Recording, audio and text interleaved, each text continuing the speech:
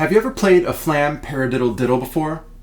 If you have, then you know that it's one of the more challenging rudiments in the list of rudiments. And if you're working on that, then it probably means you're someone who's been playing rudiments for a while. Your chops are at a pretty advanced level.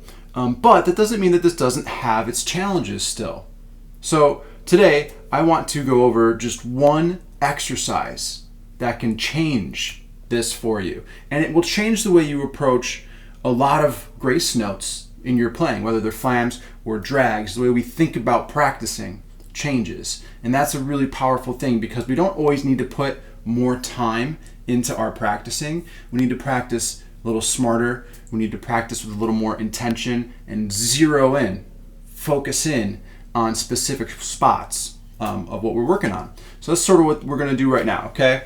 If you're unfamiliar, this is a Flam Paradiddle-diddle. And I'm just going to play a few for you right now, okay?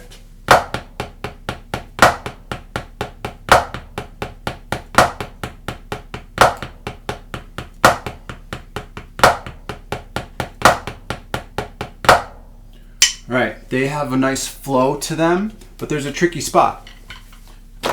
We look right here. The end of this Flam Paradiddle-diddle and the start of the next one are with the same hand. So if we're ending this with the left hand, the next one is starting with the left hand too. And it's on an accent. So we have to have really good accent tap control to make that happen. All right, and if you look at the end of this one here, the right ending comes into a right hand start on this one. So that's really the spot that most people struggle. That's the spot where tension builds in their playing because they're trying to go from the low taps to the accent. You'll hear things like this sometimes, okay?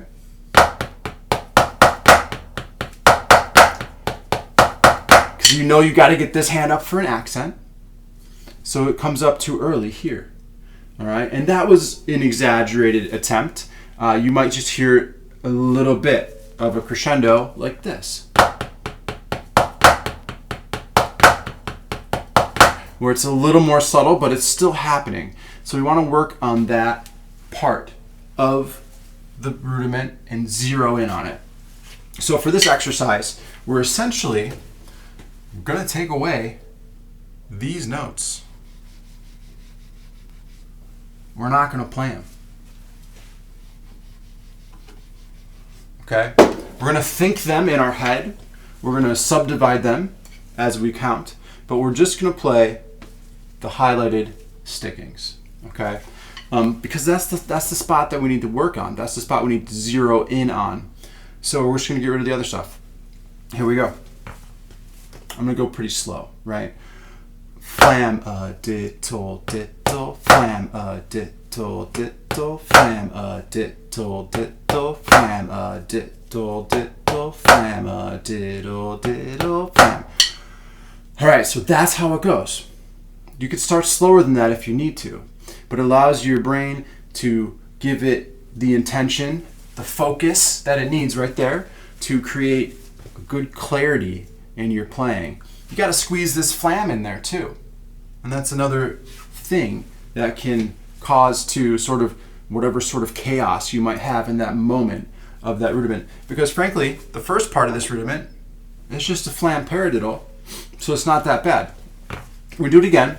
We're going to bump it up. Notice that I'm counting while I do it, but I'm not counting with numbers. I'm counting with the name of the rudiment, because the rudiments were named to have names that are similar to what they sound like. And that's how these rudiments were taught years and years ago. They were taught by rote, and you can kind of speak your drum part, and then someone could play it. So here we go. A little bit faster this time. Flam-a-diddle-diddle, flam-a-diddle-diddle, flam-a-diddle-diddle, flam-a-diddle-diddle, flam-a-diddle-diddle, flam-a-diddle-diddle, flam-a-diddle-diddle, flam-a-diddle-diddle, flam. If you want to focus a little more on the sticking aspect of it, you can count it with the sticking names you would be doing, right? So right, left, left, left, right, right, right, left, left, left.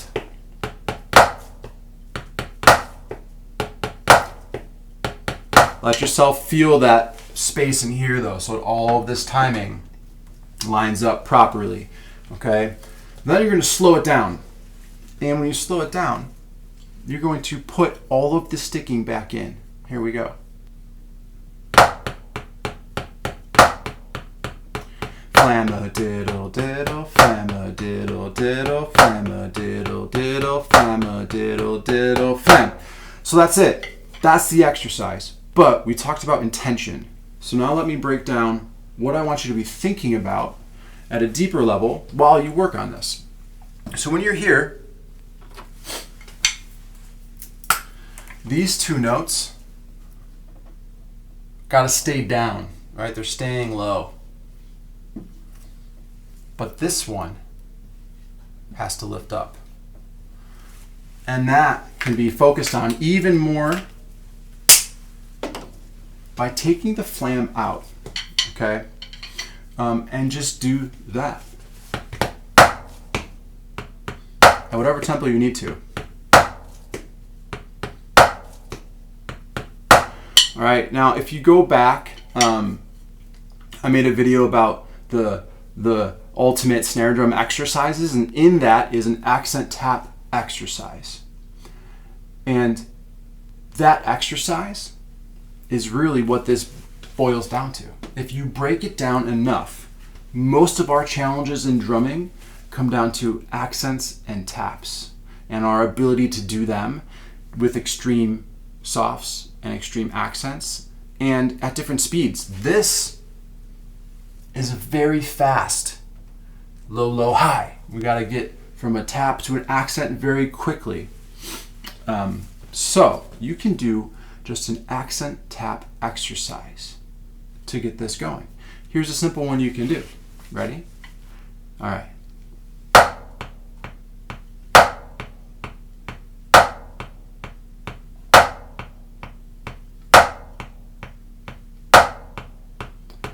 And do it with your left hand too. So you're keeping it low and then picking it up. It's a quick pick. Is that a football reference? It might be. It might be more of a lottery reference if I think about it. All right, so.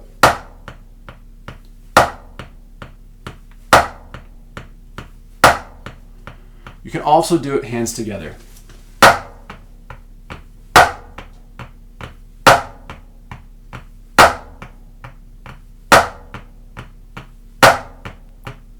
So that is the most broken down, zeroed in and focused sort of approach to making that happen.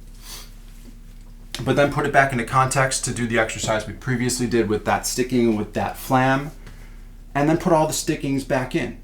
Speak it while you play it. Keep it at a tempo where your playing is very good. Where you have a good flam quality, your flams aren't popped because they're squeezing in too tightly or that you're lifting this bottom hand too much, right? If we do this on our flams, we're gonna pop them. So keep it down. Keep it down. Keep it down. All right? And that's gonna help you, okay? Put your repetitions in on this exercise rather than just repping the whole thing with all the notes over and over and over again. This will get you there faster. This focuses on the issue. It gives you the ability to have clarity on fixing that issue while you practice. And as you rep it, you slowly bump up your metronome, okay? Start at whatever's your comfortable tempo, 60, 70, 80, and work your way up as the reps start to feel more comfortable. So when you feel comfortable at 80, bump it up to 85. If it's too fast, go down to 81, all right? Put more reps in at 80. That'll help you get there too. So I hope you can see, as we look at this, how important it is to learn our rudiments, and not just the basic ones that everyone learns with flams, paradiddles, 5-stroke rolls, 9-stroke rolls. Okay, when you start diving into the flams, you're presented with issues like this that really accelerate your chop building for anything you do in percussion or drum set or timpani or mallets, anything you do. This will accelerate it the most. Rudiments are the vehicle to becoming the best drummer that you can be. The version of yourself that you've dreamed about and thought about when you're behind your drum kit or any other percussion instrument. All right, I truly believe that. It's helped me. It's helped all of my students become better drummers, better practicers, right? Better at practicing. So go ahead and try this. Even if you don't think you're ready for it yet, try it slowly.